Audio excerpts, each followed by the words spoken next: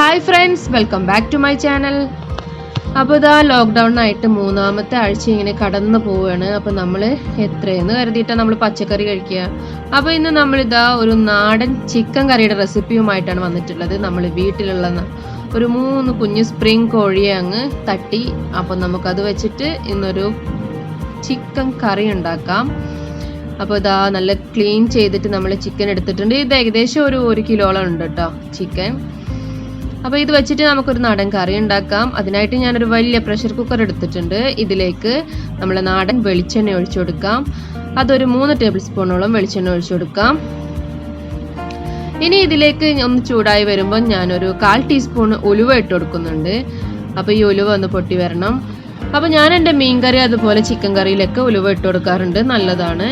അപ്പോൾ നിങ്ങൾക്ക് ഇത് ഇഷ്ടമില്ല എന്നുണ്ടെങ്കിൽ സ്കിപ്പ് ചെയ്യാം.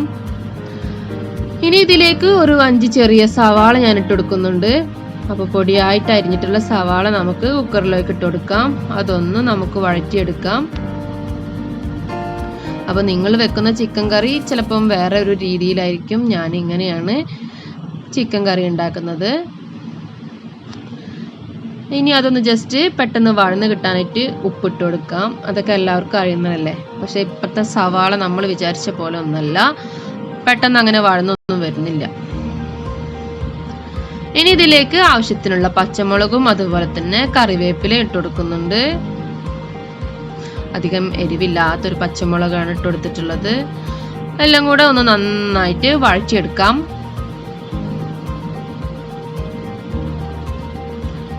അതവിടെ നന്നായിട്ട് വഴന്ന് വരുമ്പോൾ നമുക്കിതിലേക്ക് 1 ടേബിൾ സ്പൂണ് ഇഞ്ചി വെളുത്തുള്ളി പേസ്റ്റ് ചേർത്ത് കൊടുക്കാം.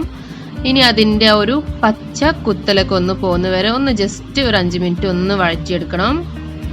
അത് കഴിഞ്ഞാൽ നമുക്കിതിലേക്ക് നമ്മളെ പൊടികളൊക്കെ ചേർത്ത് കൊടുക്കാം, മസാല പൊടികളൊക്കെ ചേർത്ത് കൊടുക്കാം.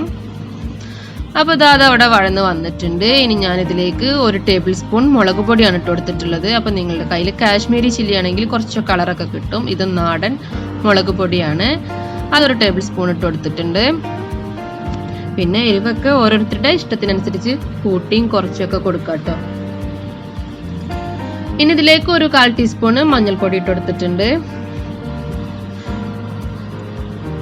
അതുപോലെ തന്നെ 2 ടേബിൾ സ്പൂണ് മല്ലിപ്പൊടിയാണ് ഇട്ടിട്ടുള്ളത്. നമ്മൾ മുളക് പൊടി എടുക്കുന്നതിന്റെ ഡബിള് മല്ലിപ്പൊടി ഇട്ട് കൊടുത്തു. എന്നിട്ട് അത് നന്നായിട്ട് ഒന്ന് വഴറ്റി കൊടുക്കാം. അതൊന്ന് വഴന്ന് വരുമ്പം ഇതിലൊരു 1/2 ടീസ്പൂണോളം കുരുമുളക് പൊടിച്ചതാണ് ചേർത്തിട്ടുള്ളത്. അപ്പോൾ ക്രഷ് ചെയ്തതാണെങ്കിൽ കുറച്ചും കൂടി നന്നായിരിക്കും. ഇത് നന്നായിട്ട് ഫൈൻ ആയിട്ടുള്ള കുരുമുളക് പൊടിയാണ് ഞാൻ ഇട്ട് കൊടുത്തിട്ടുള്ളത്. ഇനി ഇതിലേക്ക് നമ്മൾ ഒരു മീഡിയം സൈസ് 3 തക്കാളി ചോപ്പ് ചെയ്താണ് ഇട്ട് കൊടുത്തിട്ടുള്ളത്. അതും കൂടി ഇട്ടിട്ട് നമുക്കൊന്ന് നന്നായിട്ട് തന്നെ വഴറ്റിയെടുക്കാം.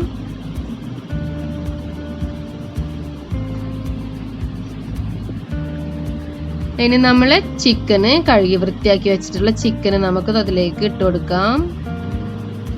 കുക്കറിലേക്ക് ഇട്ടിട്ട് നമ്മളെ മസാല എല്ലാം കൂടെ ഒന്ന് യോജിപ്പിച്ചെടുക്കണം.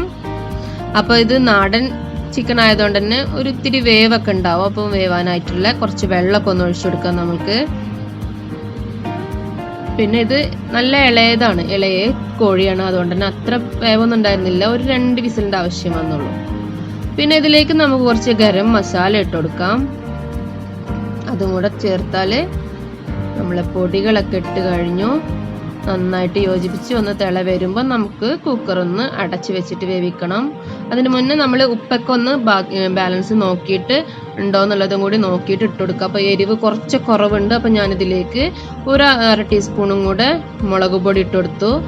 അപ്പോൾ ഉപ്പ് എരിവ് എല്ലാം നോക്കിയതിന് ശേഷം നമുക്ക് കുക്കർ അടച്ചിട്ട് ഞാനിപ്പോൾ 2 വിസിൽ വരണ വരെ ഒന്ന് വെയിറ്റ് ചെയ്യാം.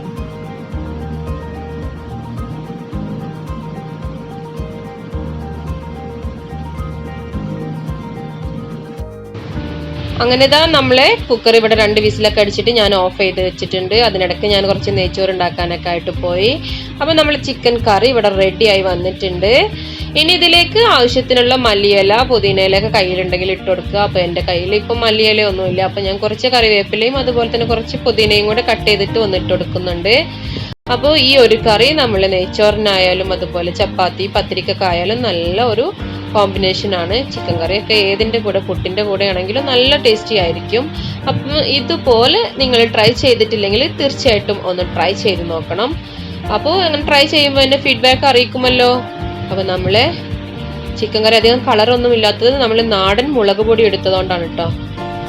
അപ്പോൾ ടേസ്റ്റിന് ഒട്ടും കുറവുണ്ടാവില്ല. അപ്പോൾ നിങ്ങൾ തീർച്ചയായിട്ടും ട്രൈ ചെയ്ത് നോക്കണം. അപ്പോൾ ഈ കുഞ്ഞു വീഡിയോ ഇഷ്ടപ്പെട്ടാൽ ലൈക്ക് ചെയ്യാനും ഷെയർ ചെയ്യാനും മറക്കരുത്. കൂടെ സബ്സ്ക്രൈബ് ചെയ്യാതെ കാണുന്ന കൂട്ടുകാരുണ്ടെങ്കിൽ ഒന്ന് സബ്സ്ക്രൈബ് ചെയ്ത് സപ്പോർട്ട് ചെയ്യുക. കൂടെ കാണുന്ന ബെല്ലൈക്കണിൽ ഓൾ എന്ന ഓപ്ഷനിൽ വേണം ക്ലിക്ക് ചെയ്യാനായിട്ട്. അപ്പോഴേ ഞാൻ വീഡിയോസ് അപ്ലോഡ് ചെയ്യുമ്പോൾ നിങ്ങളുടെ ഫോണിൽ നോട്ടിഫിക്കേഷൻ കിട്ടുള്ളൂ. വീണ്ടും നല്ലൊരു റെസിപ്പിയുമായി കാണുന്നവരേക്കും ബൈ ബൈ.